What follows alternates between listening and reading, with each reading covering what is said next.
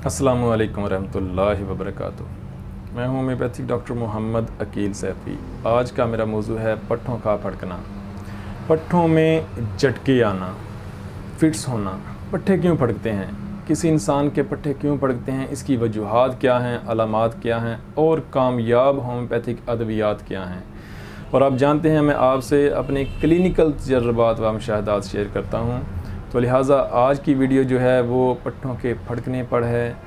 पट्ठे क्यों फड़कते हैं, इसकी वजूहात क्या हैं? इसकी बहुत सारी वजूहात होती हैं। एक बड़ी वजह आसाबी कमज़ोरी है। जिस्मानी आसाबी कमज़ोरी की वजह से, वो चाहे पैदाइशी कमज़ोरी है या किसी बीमारी के बाद आने वाली कमज़ोरी है, तो आसाबी कमज़ोरी की वजह से लोगों के पट्ठे फड़कते हैं। बाज़ को सर्दी लग जाती है, पट्ठों में सर्दी लग जाती है। सर्दी लगने की वजह से ऐसा मसला बनता है। बुखारों के बाद सर को बुखार चढ़ जाए, बुखार चढ़ने की वजह से सर के दिमागी पर्दों में सोजिश हो जाती है, इस वजह से पट्ठे फड़कते हैं। किसी गम के असरात की वजह से पट्ठे फड़कते हैं। खौफ की वजह से पट्ठे जो हैं वो फड़कते हैं। अद्वियात के असरात की वजह से या बीमारियों के असरात की वजह से पट्ठों में फड़कन आती है। क्या होता है? पट्ठे फड़कते हैं, पूरे बाजू एक फड़कता है या किसी का सर फड़कता है, किसी की आंखें फड़कती हैं, आंखों के पपोटे फड़कते हैं, या चेहरे में फड़कन आती है, या कमर के पट्ठों में फड़कन आती है, या टांगों के पट्ठों में, या पिंडलियों के पट्ठों में, या पाँव फड़कता है। जिस्म में कोई भी उज़्व या पट्ठे जो हैं, जिस्मानी जो पट्ठे हैं, मुख्तलिफ पूरी जिस्म की बॉडी के दाएं बाएं साइड पे वो पट्ठे फड़कते हैं। बहुत सारी इस तरह लोगों की अलामात होती हैं। लोग परेशान हो जाते हैं, सोते सोते डर जाते हैं, एकदम से झटका लगता है, या एकदम से बाजू को झटका लगता है, सर को झटका लगता है। बैठे बैठे जो हैं वो उनके पट्ठे जो हैं वो फड़क रहे होते हैं। दूसरा इंसान कहता है कि ये क्या हो रहा है, वाइब्रेशन हो रही होती है किसी एक पट्ठे में, टांग में, बाजू में या कंधे में। तो इस तरह लोगों को बाज़ दफ़ा इस तरह बिजली का झटका महसूस होता है। किसी को सोते हुए महसूस होता है, किसी को जागने की हालत में महसूस होता है और नींद की हालत में नहीं होता। इस तरह मुख्तलिफ़ अलामात होती हैं, मुख्तलिफ़ वजूहात हैं। इन अलामात और इन वजूहात की जो होम्योपैथिक अद्वियात हैं वो क्या हैं? बहुत सारी अद्वियात मैं यूज़ करता हूँ मामलात पर। बाज़ दफ़ा वजूहात पर अद्वियात देता हूँ, बाज़ दफ़ा अलामात पर अद्वियात देता हूँ। इसकी जो 5 होम्योपैथिक अद्वियात हैं, टॉप 5 मेडिसिन जो हैं पट्ठों के फड़कने की, आज उन पर बात करूँगा। जो सबसे ज़्यादा इस्तेमाल होने वाली दवा है, जिसको मैं बहुत ज़्यादा इस्तेमाल करता हूँ पट्ठों के फड़कने में, पट्ठों के झटकों में, वो है अगारिकस।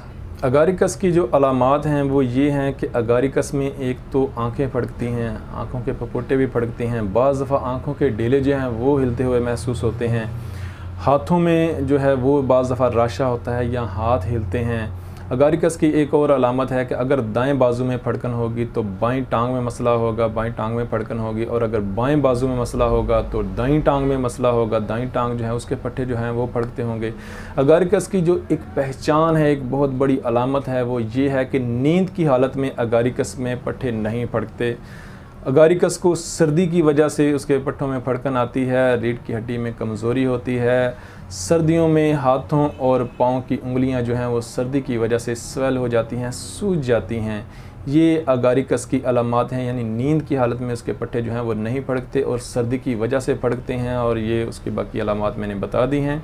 अगारिकस 30 या 200 में इस्तेमाल करें। अगर पुराना मसला है तो 1 mg की एक खुराक जो है वो हफ्तावार इस्तेमाल करें, ये मसला आपका ठीक हो जाएगा। अगारिकस के बाद जो दूसरी मेडिसिन है वो है क्यूपरम मेटालिकम। क्यूपरम मेटालिकम में पट्ठों में जो फड़कन है उसके साथ अकड़ाव आता है, और क्यूपरम मेटालिकम की जो पहचान है वो ये है कि जब उसके पट्ठे फड़कते हैं तो वो अपने हाथों की उंगलियां जो हैं, उनको हाथों की मुट्ठियां जो हैं उसको बंद कर लेता है। फड़कन जो है, ये जो मसला उसको होता है फड़कन का या झटकों का, उसमें वो क्या करता है, अपने हाथों की उंगलियों को, मुट्ठियों को बंद कर लेता है, और हाथों से ये मसला शुरू होता है और बाकी फिर पूरी बॉडी में वो फैल जाता है और जिस्म जो है वो अकड़ जाता है। बाज़ दफ़ा शदीद जो है वो मोशन भी लग जाते हैं, या हैज़ा भी हो सकता है, या उसको पेट दर्द भी होता है, और जिस्म में अकड़ाव और हाथों से शुरू होना, ये क्यूपरम मेटालिकम की अलामात हैं। क्यूपरम मेटालिकम भी इसी तरह 30 या 200 आप डेली खुराक लें, या सुबह शाम लें, या अगर पुराना मसला है तो 1 में इस्तेमाल करें। तीसरी जो दवा है वो है टरंटोला हस्पानिया। टरंटोला हस्पानिया भी पट्ठों में फड़कने की एक बहुत बड़ी दवा है। टरंटोला हस्पानिया की जो मेन ख़ास अलामात हैं वो ये हैं।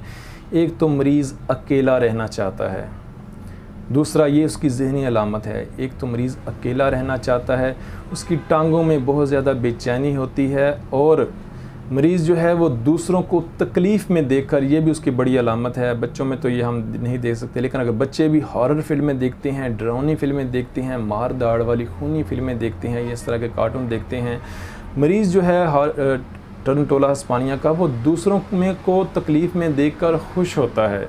अगर कोई ऐसा मरीज़ जो दूसरों को तकलीफ़ में देकर खुश हो, यानी जो शोहर है वो अपनी बीवी को मारेगा, बीवी जो है वो अपने बच्चों को मारेगी, या वो इस तरह की जो फ़िल्में हैं, जो ड्रामे हैं, जो कार्टून हैं, वो इस तरह के देखेंगे जिसमें तशद्दुद हो रहा है, तो वो पेशेंट जो है वो टर्नटोला हिस्पानिया का है। उसमें टांगों में बहुत ज़्यादा बेचैनी होगी, और दाईं तरफ में जो की दवा है, दाईं तरफ के जो पट्टे हैं वो ज़्यादा फड़कते होंगे। पेशेंट जो है वो अकेला रहना पसंद करता है। चौथी जो दवा है वो है जिंकम मेटालिकम। जिंकम मेटालिकम की अलामात जल्दी अमराज के दबने की वजह से होती हैं। अगर किसी को खारिश है या किसी को फोड़े फिंसियाँ हैं और उनको दबा दिया गया है, तो इसके बाद अगर पट्ठों में फड़कन आई है तो उसकी जो दवा होगी वो जिंकम मेटालिकम होगी।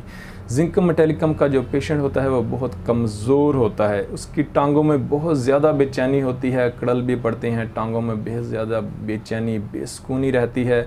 और उसकी जो ख़ास अलामात हैं वो ये हैं कि जिंकम मेटालिकम में अकेला अकेला पट्ठा फड़कता है, यानी जिस्म के जो पट्टे हैं वो ज़्यादा नहीं, अकेले अकेले अलहदा अलहदा वो फड़क रहे होते हैं। अकेला अकेला पट्ठा फड़कता है, और नींद की हालत में भी उसके पट्टे जो हैं वो फड़क रहे होते हैं, और पेशेंट जो है वो नींद की हालत में चलता भी है। ये इसकी ख़ास अलामात हैं जिंकम मेटालिकम की। एक तो दानों के दबने की वजह से, दूसरा अकेले अकेले पट्ठों का फड़कना, मरीज़ का रात के नींद की हालत में भी पट्ठों का फड़कना, और नींद की हालत में चलना, और बहुत ज़्यादा टांगों में बेचैनी, बहुत ज़्यादा बेसुकूनी, ये जिंकम मेटालिकम की अलामात हैं। रोज़ाना 200 में ख़ुराक इस्तेमाल करें, या हाइपरटेंसी में अगर पुराना मसला है या किसी डॉक्टर के साथ या मुझसे कंसल्ट कर लें। ये जिंकम मेटालिकम की अलामात हैं, ये उसकी पहचान है। नींद की हालत में भी उसको पट्टे फड़कते हैं, ये जिंकम की जो पहचान है। इसके अलावा जो 5वीं दवा है वो है माइगेल। माइगेल एक ऐसी दवा है जिसमें जो झटके हैं वो बहुत ज़्यादा लगते हैं। यानी माइगेल में क्या होता है, वो झटका जो है वो पूरे सर को एकदम से झटका लगता है और सर दूसरी तरफ चला जाता है, बाजू को झटका लगता है और बाजू दूसरी तरफ चला जाता है, सर टांग को झटके लगते हैं। यानी जिस्म को जब झटके लगते हैं तो पेशेंट जो है वो अपनी जगह से, वो उसका जो उज़्व है या उसकी जो पूरी बॉडी है वो अपनी जगह पर कायम नहीं रह सकती। ज़्यादातर इसके सर को झटके लगते हैं, माइगेल को सर को झटके लगते हैं, और जब झटके लगते हैं तो सर जो है वो दूसरी तरफ चला जाता है, यकदम तेज़ी के साथ पूरे उज़्व को झटका लगता है। ये माइगेल की पहचान है। 30 या 200 पावर में इस्तेमाल करें। इसके अलावा ये तो थी पट्ठों में झटके लगना या पट्ठों का फड़कना। ये आज की वीडियो पट्ठों के फड़कने पर है। इंशाअल्लाह मज़ीद 2 वीडियो इस मौजू पर भी बयान करूँगा, एक राशा पर और एक मिर्गी पर। तो लिहाजा अपने डॉक्टर से कोई भी किसी किस्म की अलामात हों तो अपने किसी करीबी डॉक्टर से ख़ुद इलाज ना करें। सेल्फ़ मेडिकेशन बाज़ दफ़ा नुकसानदेह होती है। मर्ज़ को पहचानना, अलामात के मुताबिक, वजह के मुताबिक इलाज करना या अलामात को सही तरीके से पहचानना, ये एक डॉक्टर का काम होता है। ये चीज़ें जो बयान करना है, अगर किसी को वाज़े इन अलामात की इन मेडिसिन की अलामात वाज़े हैं तो वो मेडिसिन इस्तेमाल कर लें, वरना अपने करीबी डॉक्टर से रजू करें या मुझसे कंसल्ट कर लें। मेरा नंबर जो है वो वाज़े है। अल्लाह पाक आसानियाँ अता फ़रमाए और आसानियाँ तकसीम करने का शर्फ़ अता फ़रमाए। अपनी दुआओं में याद रखिएगा। अस्सलामु अलैकुम।